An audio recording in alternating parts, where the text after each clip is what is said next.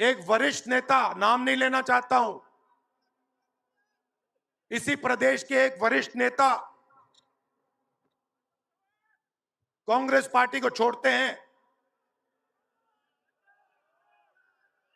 और रो के कहते हैं, मेरी मां से रो के कहते हैं कि सोनिया जी, मुझे शर्म आ रही है,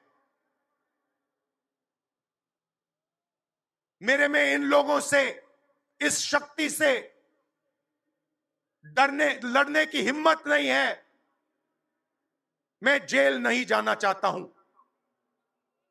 और ये एक नहीं है, ऐसे हजारों लोग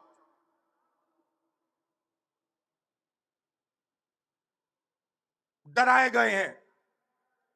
असं आहे की राहुलजी यांचं विधान जर ते माझ्या संदर्भातलं असेल, ते नाव कोणाचं घेतलं नसल्यामुळे मला फक्त एवढंच म्हणायचं आहे, जर ते माझ्या संदर्भातलं असेल तर ते हास्यास्पद आहे, इलॉजिकल आहे असंच मला या ठिकाणी म्हणावं लागेल. कारण की मी कधीही पहिली गोष्ट म्हणजे मी सोनिया गांधींना भेटलेलो नाही.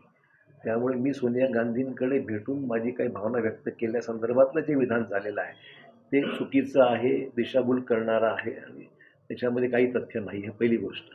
दुसरी गोष्ट अशी आहे की मी शेवटच्या क्षणापर्यंत काँग्रेस पक्षाच्या मुख्यालयामध्ये पक्षाचं काम करत राहिलेलो आहे. त्यामुळे मी पक्ष सोडेपर्यंत माझ्या पक्ष सोडण्याची माहिती कोणालाही नव्हती, त्यातलं वास्तव आहे.